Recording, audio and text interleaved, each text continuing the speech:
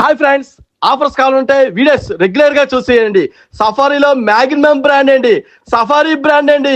Safari అయితే 3 సంవత్సరాల warranty అండి. హెచ్ఎన్ఎక్స్ కృతికోషన్ బ్రాండ్ అయితే 5 సంవత్సరాల వారంటీ ఇచ్చే మాత్రమేండి.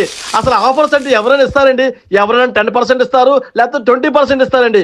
మినిమం బేరం లేదు, క్లియరెన్స్ సేల్ అయితే 50% కంటే ఎవరు కూడా ఇవ్వలేదండి ఆంధ్రప్రదేశ్ మొత్తం.